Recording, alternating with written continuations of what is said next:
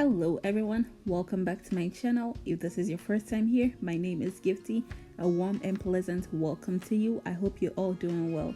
And to all our returning subscribers, thank you so much for the love and support, and thanks for coming back for yet another video. In today's video, I am going to share with you one of the ways that I like to make my all-purpose tomato-based stew. This is very simple to make, time efficient, and it's going to save you time in the kitchen. I will start off by simmering the tomatoes on the stovetop. So I have 2 6-pound of crushed tomatoes. I usually get this from Sam's Club. Costco also carries it, so you can get it from either or you can also use fresh tomatoes. To simmer the tomatoes, I started by rinsing both cans of tomatoes to get rid of any dirt or impurities that may have accumulated on the cans. Then I'll go ahead and open both cans, pour the crushed tomatoes into the pot, then rinse both cans and add the extra water in. Then I'll go ahead and put this on the stovetop at a low to medium heat until it simmers down in volume. So now I'll go ahead and run you through the list of ingredients. For my list of ingredients, I have 3 tablespoons of anise seeds, 1 tablespoon of cloves, and 1 tablespoon of black peppercorns. I have 1 bulb of garlic, 3 thumb-sized ginger, a little bit over a thumb size of turmeric. If you don't have the fresh turmeric, you can use the powdered one. I have about a handful of parsley leaves, and then 5 bay leaves.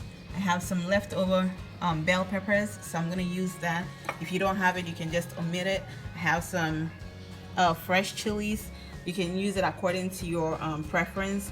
And then I have a cup of tomato paste and 10 medium to large onions. I'm going to fry a lot of onions so I can reserve some for later cooking.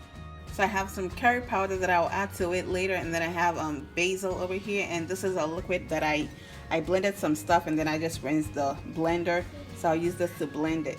So I'll start off by blending the onions and the peppers, parsley, and ginger and garlic.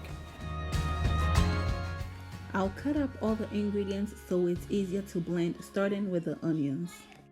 For your convenience, I'll have the list of ingredients in the description box down below, and if you're going to give this recipe a try, go ahead and give me a thumbs up, comment, share. I have 6 of the onions cut up that I'm going to blend, and then the other 4 I'll slice them and add it to it. So here's the peppers, and I'll add in some of the ginger, the aniseed, cloves, and black peppercorns. I'll go ahead and add in the liquid.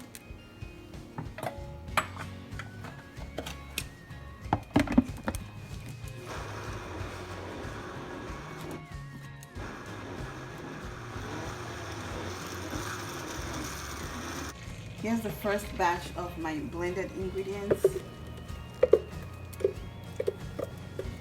This is a lot of stew, that's why I'm using a lot of onions, and onions makes everything taste amazing. So I'll go ahead and blend the rest of the ingredients and add it in.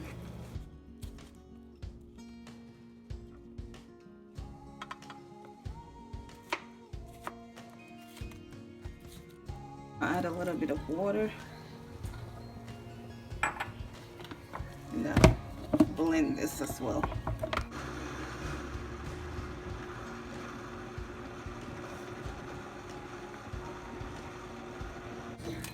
Now add in the second batch.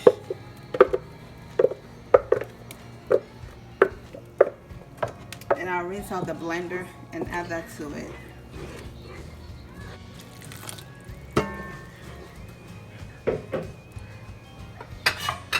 So I'll cover it and let it fry gently. I also have the tomatoes simmering over here. Whilst the onions and other ingredients are frying, I will slice the onions and have that ready to go. Alright, my sliced onions are also ready to go. So we'll wait for the onions to finish frying up, and then we'll add in the next ingredient. This is how our blended onions and other ingredients I'll go ahead and add in the onions and let it fry all together.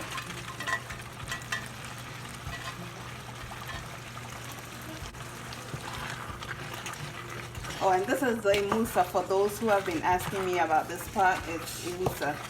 You can get it from any Asian market or Spanish market. So I'll cover it and let it keep frying.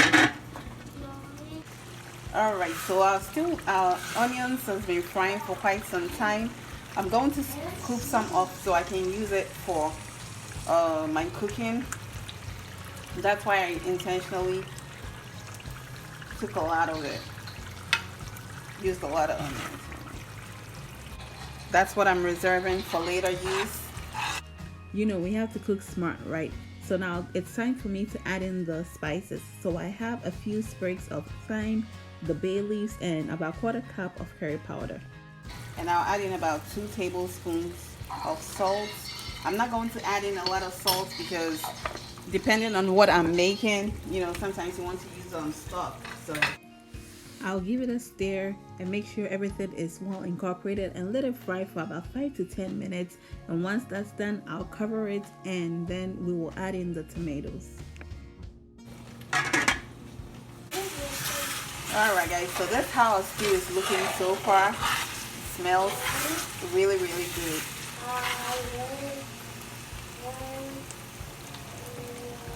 I'll go ahead and add in the tomato paste.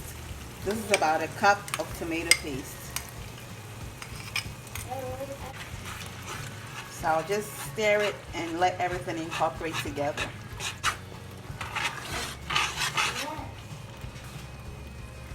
So I rinsed the bowl.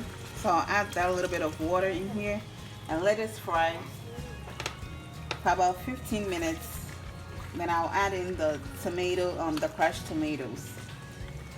Alright guys, so this is how our stew is looking so far. Very so cool. So now we'll add in the crushed tomato.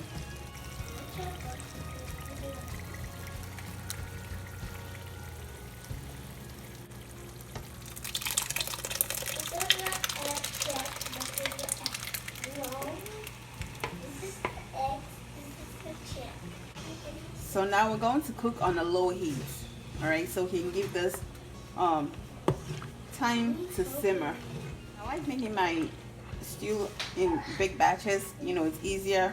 It's easy work, especially with tomato stew, because we always have that spitting and whatnot. So you make a big batch, save some in your freezer, and you can use it for anything. I'll add in the water. I rinsed the pot, so I add in that water. Then I'll give it a stir.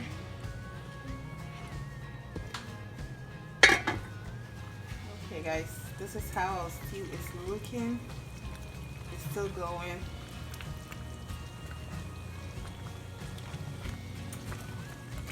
Now because we're cooking on a low heat, so the bottom of the pot doesn't burn, it's gonna take quite some time, you know, to cook it. And tomato stew requires a lot of attention because you have to be constantly stirring to make sure the bottom of your pot doesn't burn. So stirring association, this is right down our alley. I'm going to go ahead and put some basil in it. I'm going to cover it real quick so it doesn't spit all over.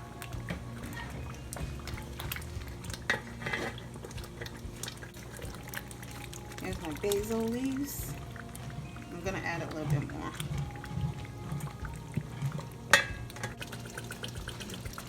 Here's some extra basil. If you don't add basil into your tomato stew, go ahead and give it a try. Absolutely amazing. Basil and tomato stew. Anything tomatoes. Very good. I also add in the oil from my previous stew so this thing can fry quickly. After adding in the oil, I will give it a stir and cover it and let it cook. But as you can see, it's reducing in volume. It's cooking down slow but sure. We're getting there. At this point, if you haven't subscribed yet, what are you waiting for? Go ahead and hit that subscribe button and also ring that notification bell for future uploads. This is how our stew is looking. It's starting to look dark, rich, and lovely, which is right down my alley. It smells good, tastes incredible, even without much seasonings in it. It tastes really, really nice. So I'll go ahead and wipe the rim of the pot to get everything, all those goodness in there. At this point, the stew is almost done, so I'll cover it and let it fry for about 30 to 45 minutes more. Alright guys, our stew is done. So I'll go ahead and turn it off and I'll let it cool. I'm working tonight, so I'm not going to portion it tonight, but I'll let it cool overnight. And then when I come back tomorrow morning, I will scoop the excess oil off and portion it and put it in the freezer for when I need to make anything. So that's it. Alright family, our all-purpose tomato-based stew is ready. Tastes incredible, very easy, saves time in the kitchen. You can use this for your jollof rice, add some protein into it for your regular rice and stew or whatever you want to eat it with. You can use it for basically anything that calls for tomato based. I really hope you give this recipe a try. Thanks for joining me today in the kitchen. Until we meet again, remember to stay blessed, stay out of trouble, and be well. Bye y'all.